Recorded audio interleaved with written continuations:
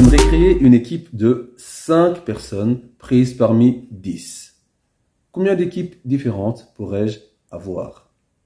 Et si je dispose de 5 lettres et que j'ai envie de créer un code à 3 lettres, combien de codes différents pourrais-je créer? Allons voir ça tout de suite. Bonjour à tous et bienvenue dans le programme scientifique de mathématiques. Ce programme est destiné au 5e secondaire, c'est-à-dire 3e des humanités classiques. Et le thème d'aujourd'hui sera donc l'analyse combinatoire. Commençons d'abord par définir le dénombrement. Un dénombrement est simplement un comptage d'éléments contenus dans un ensemble. Ce comptage peut se faire simplement ou alors grâce aux techniques d'analyse combinatoire. Maintenant, qu'est-ce qu'un ensemble? Un ensemble est un groupe donc d'éléments qui ont des caractéristiques communes. Donc prenons un jeu de cartes pour faciliter les calculs de dénombrement. Nous avons ici un jeu avec 52 cartes. Et on va définir l'ensemble A qui va être l'ensemble des cartes de cœur. On sait qu'il y a 13 cartes de cœur dans un jeu complet. Ce qui signifie que le cardinal donc de A sera égal à 13. On peut aussi dire que 13 cartes prises sur 52 donnent une chance sur 4 d'avoir un cœur. Prenons maintenant l'ensemble des rois. On sait qu'il y a 4 rois dans un jeu de cartes. Ce qui signifie que le cardinal de l'ensemble des rois vaut donc 4. 4 sur 52 nous donne alors ici un 13e. On va voir maintenant le produit cartésien. Ça veut dire quoi? Ça veut dire ici que on a un ensemble A qui va être l'ensemble de cartes de cœur. L'ensemble B qui sera donc l'ensemble des cartes de roi. Nous allons faire ici une conjonction, c'est-à-dire rassembler l'ensemble A avec l'ensemble B. Comment est-ce qu'on fait ça? Donc on prend tout simplement les éléments communs, c'est-à-dire l'intersection entre A et B. Nous savons que l'ensemble A nous donne une chance de 1 quart et l'ensemble B nous donne une chance de 1 13e. Ce qui signifie que pour avoir la conjonction donc, des deux ensembles, on va faire ici une multiplication. C'est-à-dire que avoir une carte donc, de cœur et de roi en même temps signifie avoir une chance sur 52. Ce qui est normal puisqu'il n'y a qu'une seule carte de cœur et de roi en même temps. Allons-y maintenant pour l'analyse combinatoire. Nous allons voir 4 cas différents. On va commencer ici par l'arrangement avec répétition. L'exemple directement ici, nous avons 10 chiffres, de 0 à 9. Il faut qu'on crée ici un code à 4 chiffres. Ce code peut avoir des chiffres qui se ressemblent. Ça veut dire qu'il peut avoir une répétition des chiffres dans le code.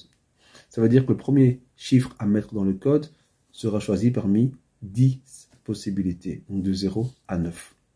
Le second, comme on a fait ici une répétition, pourra avoir également 10 chiffres possibles. Le troisième, à votre avis, pourra également avoir 10 chiffres possibles. Et alors le quatrième, trop facile, évidemment, il a droit à 10 chiffres également. Ça veut dire quoi? Pour faire le code entier, il faut donc les 4 cases. C'est-à-dire, il faut une intersection, si on veut, de 4 ensembles. Ça veut dire qu'on va multiplier ici le nombre de chances. Donc, on a 10 possibilités pour la première case, 10 pour la seconde, 10 pour la troisième et 10 pour la quatrième. Ça fait donc ici un produit cartésien qui nous donne au final 10 fois 10 fois 10 fois 10. Donc, 10 exposé en 4. Ça, c'est donc le nombre de codes possibles avec 4 chiffres choisis parmi 10 lorsqu'on a une répétition. Donc, si on considère l'ensemble A comme l'ensemble des codes donc à 4 chiffres non distincts pris parmi 10 chiffres, on peut donc avoir ici le cardinal de A qui va valoir 10 exposé en 4. L'écriture donc pour l'arrangement avec répétition s'écrit donc avec un B majuscule. Donc on a B, N, P pour dire qu'on a donc un arrangement avec répétition pour P éléments choisis parmi N éléments. Dans notre cas, le P vaut 4 et le N vaut 10. On passe maintenant à la seconde configuration qui sera l'arrangement mais sans répétition cette fois-ci. Sans répétition. Ça veut dire quoi? Ça veut dire qu'on prend ici encore 10 chiffres, mais on va créer un code de 4 chiffres.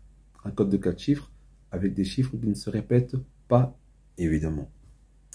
Ça veut dire ici que la première case qu'on va avoir pourra avoir donc 10 possibilités, donc 10 chiffres possibles. La seconde case qu'on va avoir aura donc combien de possibilités? Je vous laisse réfléchir. Bien sûr, 9 possibilités, puisqu'on a déjà éliminé une première possibilité par la première case. Et ainsi de suite, la troisième case aura 8 possibilités, et la dernière case, donc la quatrième case, n'aura plus que 7 possibilités. Si on effectue de nouveau un produit cartésien, on obtient ici que 10 fois 9 fois 8 fois 7 nous donne 5040 possibilités. Donc si on considère l'ensemble A, qui est l'ensemble des codes à 4 chiffres sans répétition, donc pris parmi 10 chiffres. Cet ensemble A va avoir un hashtag, donc un cardinal de A, qui vaudra ici 5040. On écrit l'arrangement sans répétition par un A majuscule.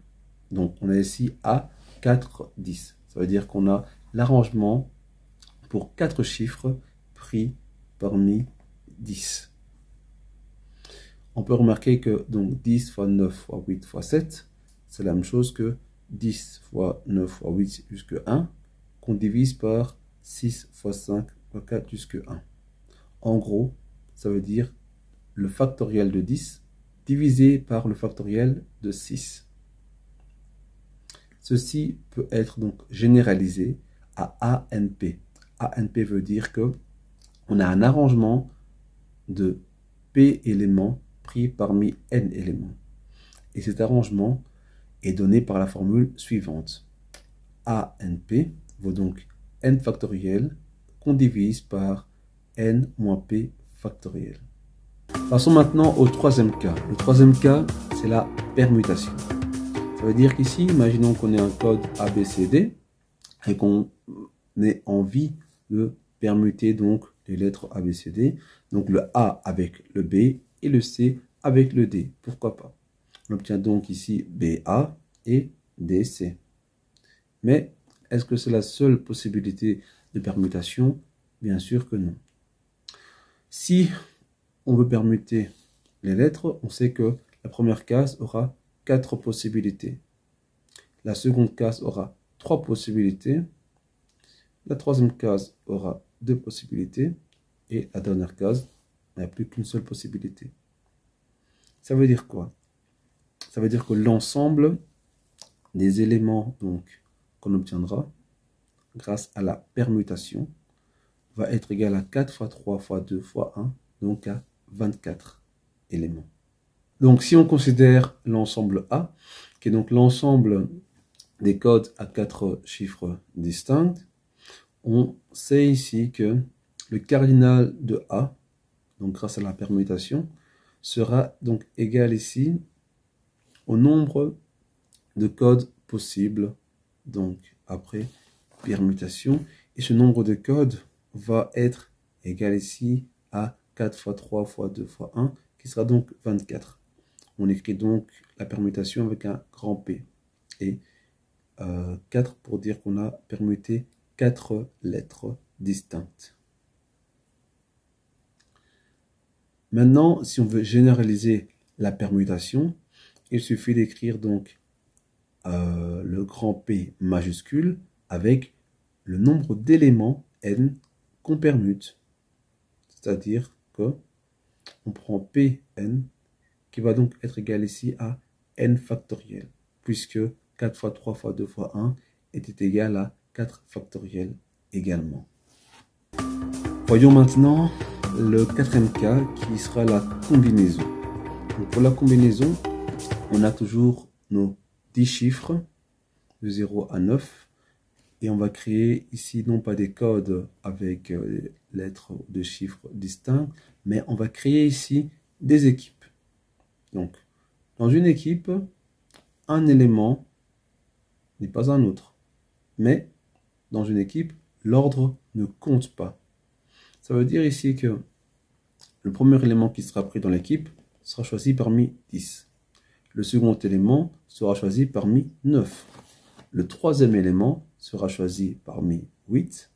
Le quatrième élément sera choisi parmi 7. Là, on dirait qu'on revient à ce qu'on a déjà vu. C'est-à-dire qu'on revient un petit peu à l'arrangement sans répétition. Mais il faut faire attention à une chose. Donc, on a bien un 10 fois 9 fois 8 fois 7. Ça fait donc 5040 possibilités ici. On doit faire attention au fait que dans la combinaison, on a bien un arrangement sans répétition, mais également une permutation. On va comprendre ça tout de suite.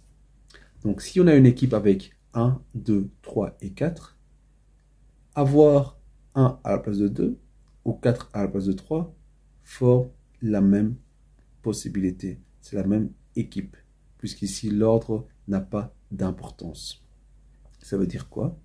Ça veut dire que les possibilités trouvées dans le premier cas doivent être réduites par rapport aux permutations possibles.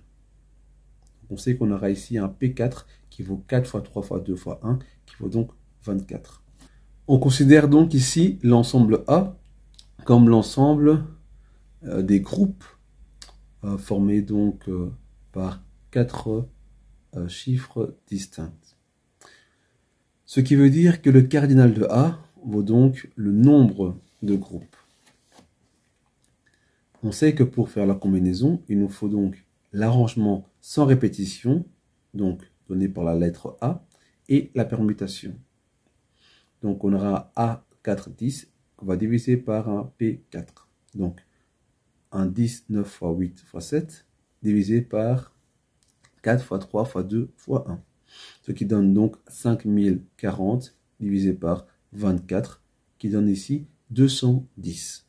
Reprenons le calcul donc de la combinaison à partir de l'arrangement sans répétition et de la permutation. Donc on a A4, 10 divisé par un P4, ce qui donnait tout à l'heure donc 5040 divisé par 24 et donc 210 possibilités. La combinaison s'écrit avec un grand C. Donc on prend ici 4 éléments pris parmi 10. La formule sera donnée par donc 10 factoriel sur 10 moins 4 factoriel fois 4 factoriel. De manière générale, on peut dire que la combinaison, donc CNP, ça veut dire P éléments pris parmi N, va être donnée par N factoriel divisé par N moins P factoriel fois P factoriel.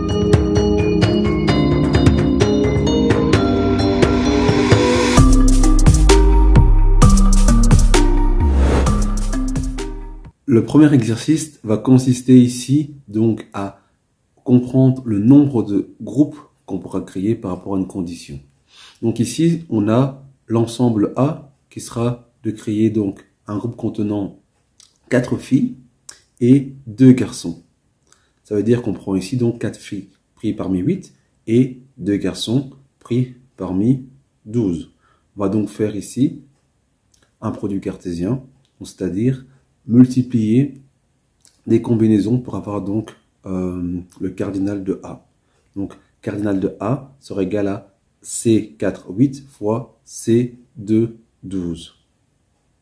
Pourquoi des combinaisons? Parce que une équipe est constituée d'éléments distincts, mais si on permute les éléments de l'équipe, l'équipe reste la même. Donc, on obtient alors le C4, 8 qui vaut 70, le C2, 12 qui vaut 66, ce qui donne alors le cardinal de A, qui vaudra donc 4620 groupes distincts qu'on pourra donc créer en ayant 4 filles et 2 garçons. Pour le second exercice, on nous donne une contrainte qui sera donc de n'avoir aucun garçon. Ce qui veut dire ici qu'on doit avoir que des filles. Or, nous avons 8 filles au total, mais une équipe est constituée uniquement de 6 personnes. Ça veut dire qu'on va faire alors une combinaison. Une combinaison, pourquoi? Parce que les personnes qui constituent l'équipe peuvent interchanger leur place sans modifier le groupe. Mais les personnes sont bien distinctes. Voilà pourquoi on a une combinaison. Donc, on fait une combinaison C6-8. Pourquoi C6-8? Parce qu'on prend donc ici 6 personnes de l'équipe parmi les filles uniquement. Donc, parmi 8 filles. Le C6-8 nous donne simplement ici 8 factoriel qu'on va diviser par la multiplication de 6 factoriel avec 8 moins 6 factoriel. Ce qui nous donne alors comme nombre 70.